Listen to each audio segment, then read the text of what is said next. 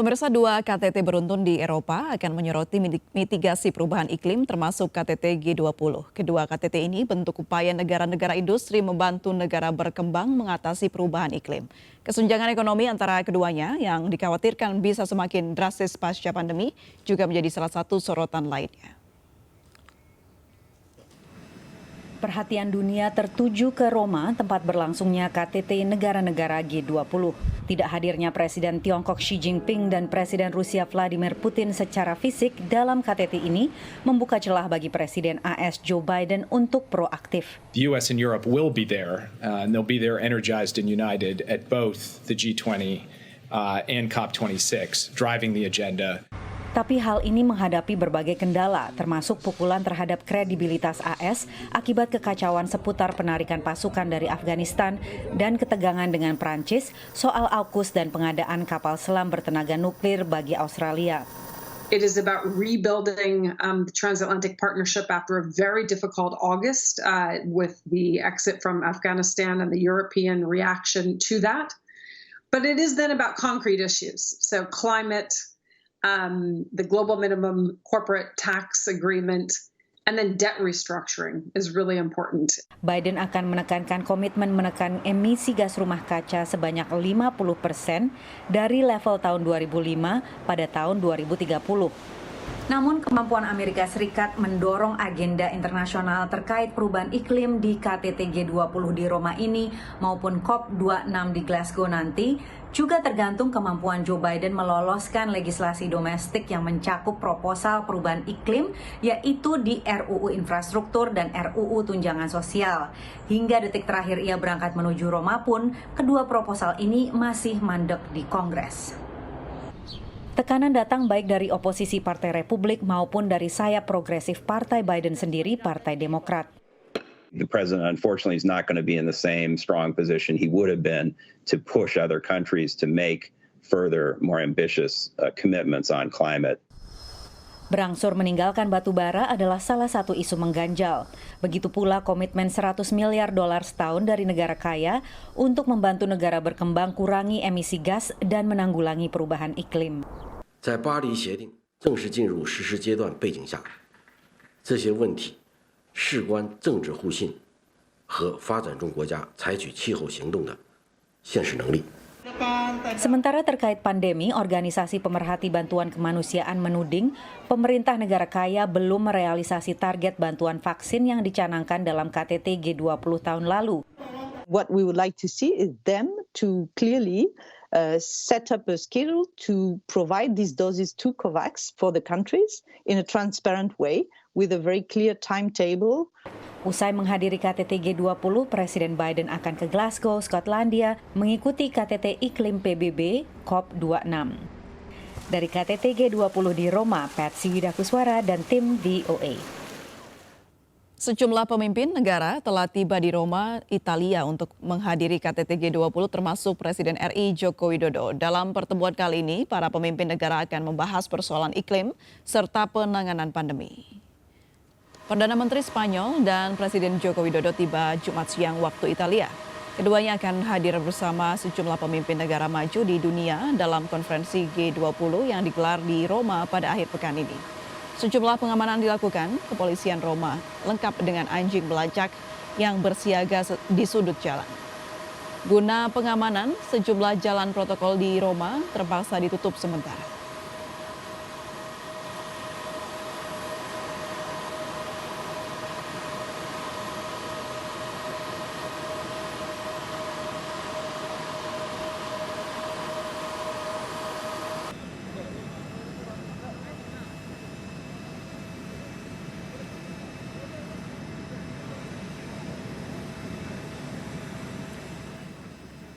Ya, untuk mengoptimalkan posisi Indonesia sebagai penyelenggara presidensi G20 tahun depan, pemerintah membentuk panitia nasional yang diberi nama Sherpa Track G20. Dipimpin Menko Bidang Perekonomian Erlangga Hartarto, Sherpa Track G20 membahas isu-isu ekonomi non-keuangan seperti energi, pariwisata, ekonomi digital, lingkungan, dan perubahan iklim. Di bawah kepemimpinan Indonesia tahun depan, G20 akan mengangkat tema besar Recover Together, Recover Stronger.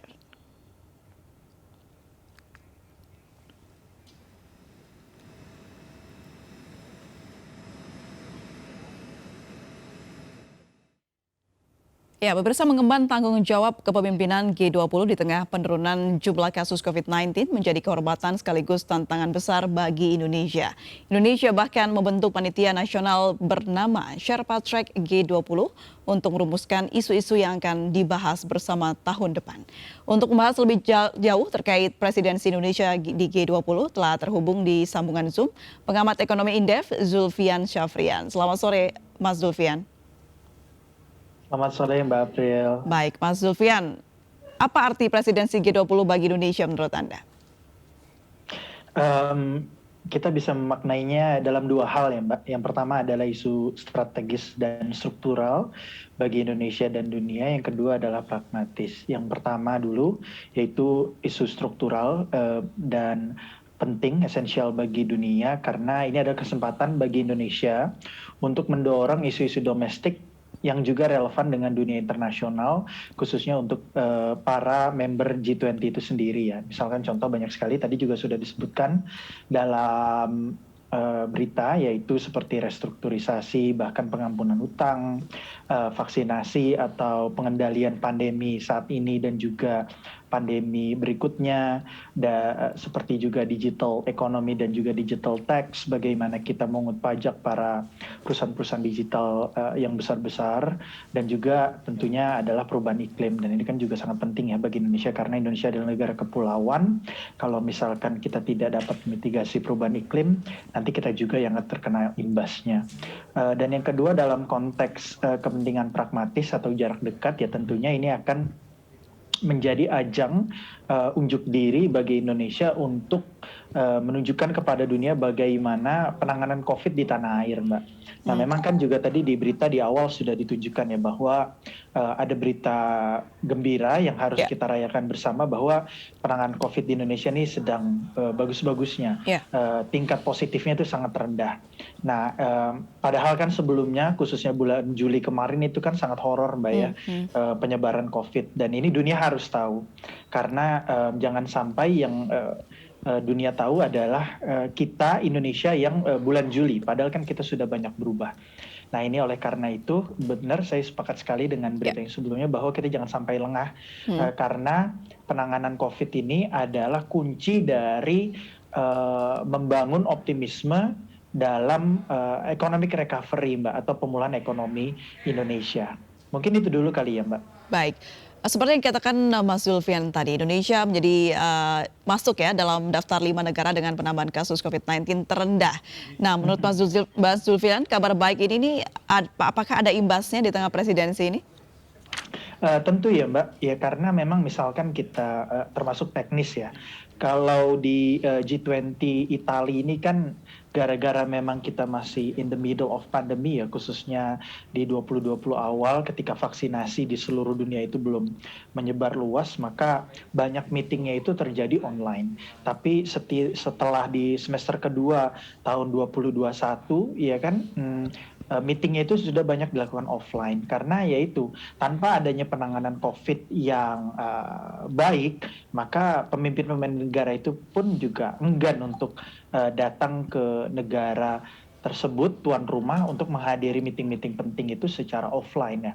Dan ini juga penting bagi Indonesia karena kalau kita lengah dan kasus melonjak lagi, maka ekspektasi pemerintah yang awalnya ingin membuat rapat G20 ini menjadi offline atau minimal hybrid gitu ya Mbak ya, setengah-setengah lah katakan gitu, itu bisa bubar jalan gitu kalau kasus COVID-nya melonjak lagi. Misalnya paling contoh kan gampang, kalau COVID menyebar lagi berarti nanti harus karantina. Karantina itu kan berarti biaya lagi. Waktu yang terbuang juga banyak, 7 hari pas kedatangan dan 7 hari nanti pas kepulangan. Dan itu tentu mempengaruhi mobilitas para peserta meeting G20 tersebut, Mbak. Gitu. Baik. Dan yang kedua adalah ini juga akan mempercepat ekspektasi investor-investor asing terhadap Indonesia, Mbak. Karena tanpa adanya signaling bahwa G20 dilakukan secara offline gitu ya, bahkan 100%, atau misalkan justru berbalik menjadi full online, itu kan memberikan sinyal negatif kepada para investor bahwa aduh berarti kita jangan dulu deh invest di Indonesia karena COVID-nya belum selesai-selesai nih. Mungkin itu dulu Mbak. Jadi impact-nya begitu terasa ya, bagaimana ini akan diselenggarakan online ataupun offline. Soal Sherpa Track, Mas, bagaimana tantangan panitia selama ini? Yang pasti kan bagaimana menemukan titik keseimbangan ya Mbak antara kepentingan Indonesia dengan kepentingan negara G20 lainnya dan juga kepentingan dunia internasional. Di salah satu pernyataannya kan Menteri Luar Negeri kita ingin mendorong Indonesia itu agar mendorong agendanya itu tidak hanya Indonesia oriented tapi global oriented. Jadi semua senang, semua happy. Nah ini yang agak sulit Mbak untuk mendorong agenda tersebut di level multilateral ya, karena kan setiap negara memiliki tantangan dan kepentingannya masing-masing. Nah, pertanyaannya adalah bagaimana Indonesia sebagai chair presiden dalam G20 ini yang menguasai sebagian besar perekonomian dunia itu mampu menggandeng negara-negara G20 lainnya untuk menyepakati agenda-agenda yang relevan bagi Indonesia, tapi juga relevan bagi G20 members dan juga bagi dunia. Baik. Mas, sejumlah isu diusung Sherpa Track termasuk energi, pariwisata, ekonomi digital, kesehatan, dan perubahan iklim. Apakah poin-poin ini sudah tepat? Iya, tentu ya Mbak ya, karena memang kan di G20 ini kan isunya sebenarnya banyak sekali yang didiskusikan ya. Ada istilahnya tuh working groups, ada employment working group, trade investment industry working group, dan seterusnya dan seterusnya.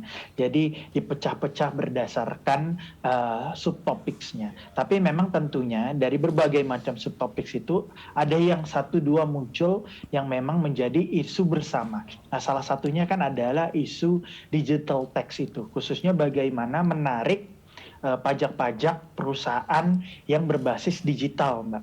Karena kan sekarang negara-negara tuh kebingungan bagaimana menarik pajak-pajak digital tersebut. Padahal sekarang perusahaan-perusahaan besar di dunia itu adalah berbasis digital.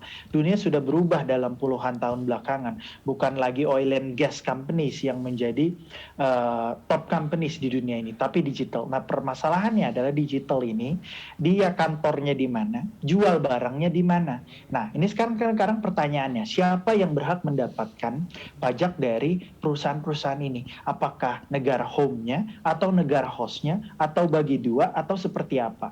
Nah, isu strategi seperti inilah yang mesti dipecahkan oleh para pemimpin dunia di G20 ini, karena tanpa adanya tax collection dari perusahaan-perusahaan digital ini, maka negara-negara di dunia ini mereka akan kehilangan potensi pajak yang sangat besar. Satu, yang kedua adalah mesti juga dicari keseimbangan, jangan sampai pajak yang ditarik dari negara-negara digital ini justru bersifat kontraproduktif, menghambat kemajuan perkembangan teknologi digital itu sendiri. Karena industri digital ini kan masih terus berkembang ya Mbak.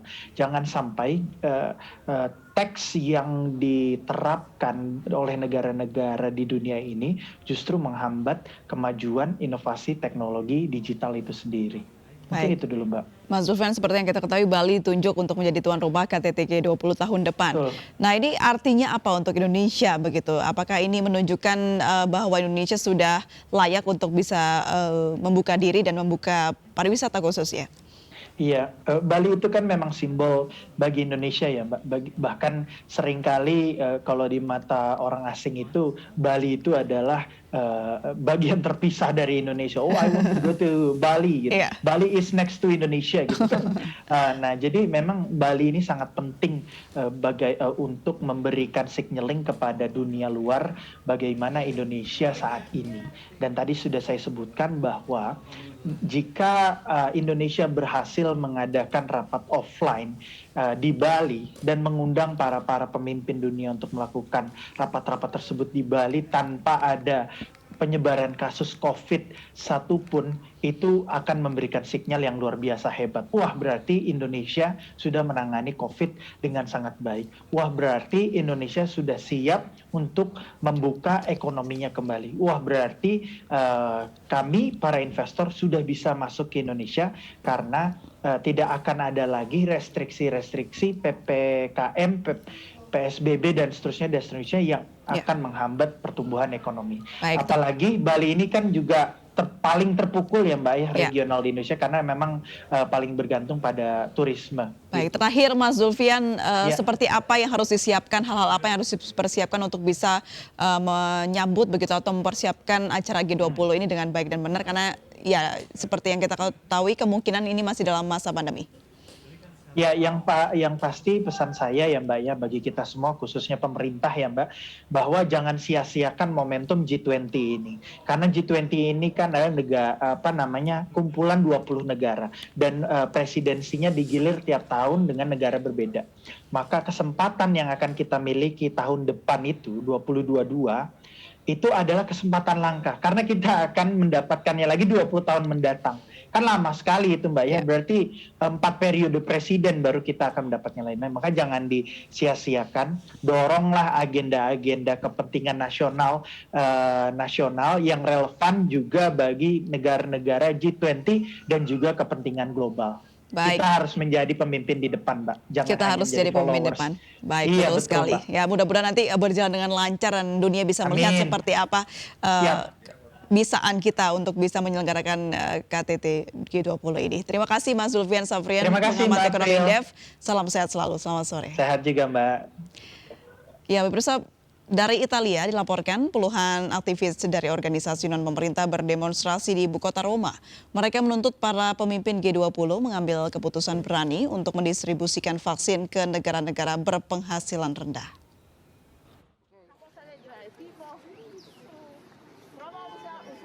Puluhan aktivis organisasi non-pemerintah berunjuk rasa mendesak para pemimpin G20 bertindak secara seimbang dalam distribusi vaksin COVID-19.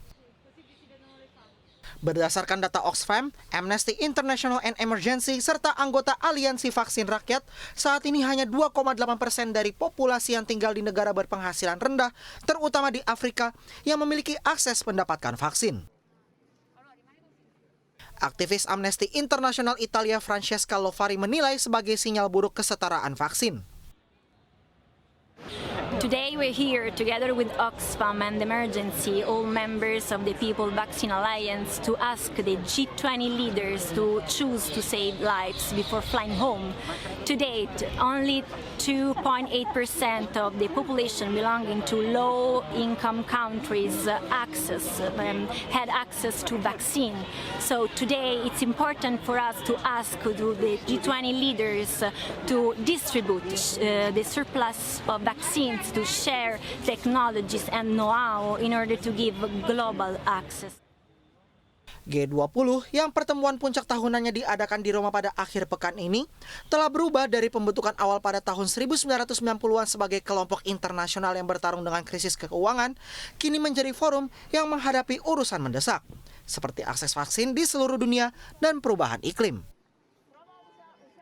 The argument that the pharma companies has invested a lot of money is not true, because this argument does not consider the huge public investment that government and public authorities and international organizations have made for R&D of this kind of new.